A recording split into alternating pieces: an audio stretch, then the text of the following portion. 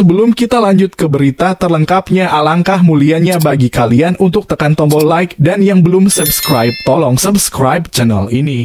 Erick Thohir minta polemik pemain naturalisasi di Timnas Indonesia diakhiri. Ketua Umum PSSI Erick Thohir meminta polemik soal pemain naturalisasi di Timnas Indonesia dapat segera diakhiri. Seperti yang diketahui, kini muncul sorotan kepada PSSI yang gencar menaturalisasi pemain. Tak sedikit pencinta sepak bola Indonesia yang menyayangkan hal ini. Pasalnya, Indonesia dinilai memiliki banyak potensi pemain berbakat. Menanggapi apa yang terjadi, Erick Thohir meminta agar masyarakat lebih terbuka. Program naturalisasi dilakukan demi memperkuat Timnas Indonesia. Selain itu, pemain-pemain tersebut juga memiliki hak untuk membela skuad Garuda. Sebagai informasi, mayoritas pemain yang dinaturalisasi PSSI memang memiliki darah atau keturunan Indonesia. Sama-sama orang Indonesia, saya rasa kalau sebagai bangsa, kita harus terbuka. Yang namanya olahraga menjadi globalisasi, yang namanya pemain Indonesia dan diaspora berjalan seiring. Buat saya, siapapun yang mau membela merah putih dan pemain ini bukan untuk kepentingan kelompok atau pribadi, tetapi yang terbaik untuk tim nasional. Ya, kenapa tidak? Kata Erick Thohir. Lebih lanjut, Erick Thohir menegaskan bahwa naturalisasi sejatinya bukan fokus utama PSSI. Menurutnya, naturalisasi dan pembinaan harus berjalan beriringan. Kalau ada saudara-saudara kita di luar negeri yang ingin memperkuat timnas, yaitu kebanggaan tersendiri. Jadi mohon harus berbesar hati ketika kita sebagai bangsa dengan segala perbedaan yang ada. Kita bisa bersatu dan menjadi kekuatan besar, termasuk di sepak bola. Kami tidak pernah berbicara program naturalisasi atau pembinaan harus dipilih salah satunya. Keduanya mesti kami lakukan. Selama pemain Indonesia dan diaspora mau membela merah putih, hal itu harus diapresiasi, tuturnya.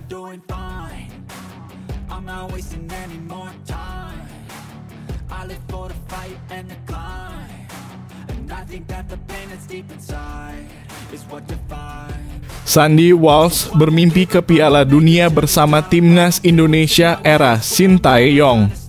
Baik Timnas Indonesia, Sandy Walsh sudah tidak sabar kembali ke skuad Garuda untuk kualifikasi Piala Dunia 2026. Seperti diketahui, skuad Garuda akan menjalani putaran pertama kualifikasi Piala Dunia 2026 zona Asia melawan Brunei Darussalam. Pada leg pertama yang digelar 12 Oktober, Timnas Indonesia akan bertanding di Stadion Utama Gelora Bung Karno, Jakarta. Sementara pada leg kedua tanggal 17 Oktober, pihak Brunei Darussalam belum menentukan venue pertandingan. Jika Timnas Indonesia menang, maka mereka akan masuk ke grup F bersama Irak, Vietnam, dan Filipina. Mereka akan berduel untuk merebut satu tempat di babak kualifikasi putaran ketiga. Mendengar kabar ini, Sandy Walsh sangat antusias. Dia tidak sabar untuk bertandingan di SUGBK yang bisa menampung hingga 70.000 penonton. Berbicara dengan komposisi pemain Timnas Indonesia, Sandy cukup optimis. Dia menilai bahwa pemain-pemain pilihan Sintayong akan bisa membuat kejutan di kualifikasi Piala Dunia 2026 zona Asia. Bahkan dia yakin bahwa mereka memiliki kesempatan untuk bermain di Piala Dunia suatu saat nanti. Kami ingin pergi ke Piala Dunia dan dengan skuad yang ada saat ini, saya yakin kami memiliki kesempatan, tambahnya. Pemain asal klub KV Mechelen ini menegaskan bahwa jika mereka bisa bermain di Piala Dunia maka akan jadi sebuah sejarah. Kami ingin membuat sejarah. Jika kami berhasil, kami akan menjadi legenda hidup. Sepak bola sangat populer di Indonesia. Basis penggemarnya sangat fenomenal, pungkasnya.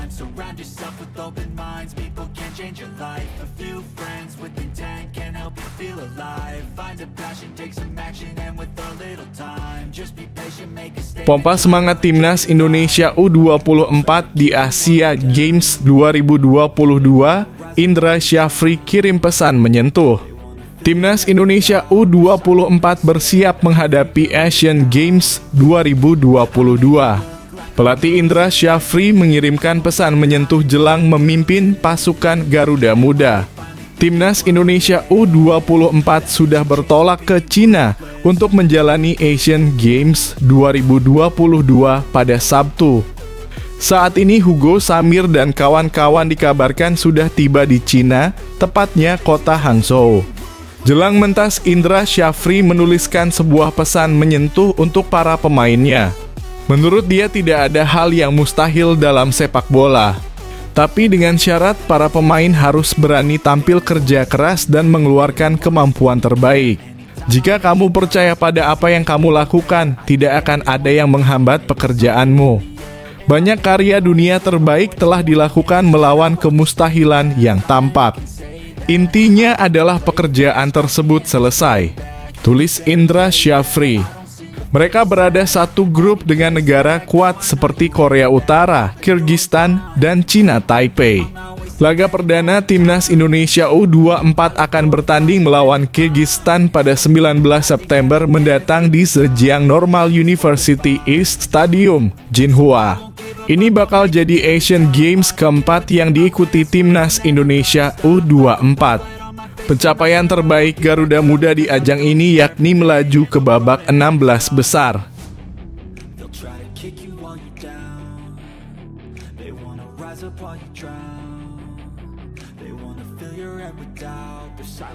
Kesempatan kedua Ramai Rumakiek disangsi Shin Tae-yong dipilih Indra Syafri ke Timnas Indonesia U24. Ramai Rumakiek punya kesempatan untuk memulihkan kariernya bersama Timnas Indonesia. Pernah mendapat sanksi dari Shin Tae-yong, pemain 21 tahun itu bakal diberi kesempatan oleh Indra Syafri. Ramai Rumakiek mencatat debut bersama Timnas Indonesia pada 7 Oktober 2021. Saat itu Indonesia menang 2-1 atas Chinese Taipei. Ramai Rumakiek bikin gol pada menit ke-16. Gol pada laga debut spesial. Setelah itu Ramai Rumakiek selalu dapat kesempatan membela Timnas Indonesia. Dia masuk skuad Piala AFF 2020 dan mencetak 1 gol. Ramai Rumakiek segera menjadi fenomena baru di sepak bola Indonesia.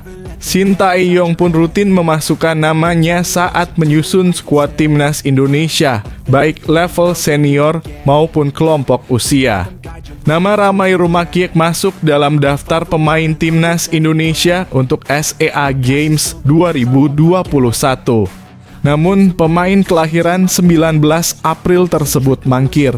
Shin Tae-yong marah dan mencoret namanya dari daftar pemain Timnas Indonesia. Rumakiek tidak bisa bermain di SEA Games 2021. Kami sudah melayangkan surat panggilan dan dia tidak merespon sama sekali. Jadi saya harus berikan sanksi kepada dia, ujar Shin Tae-yong. Setelah cukup lama hilang, Ramai Rumakiek akhirnya mendapat kesempatan kedua. Panggilan membela Timnas Indonesia datang lagi.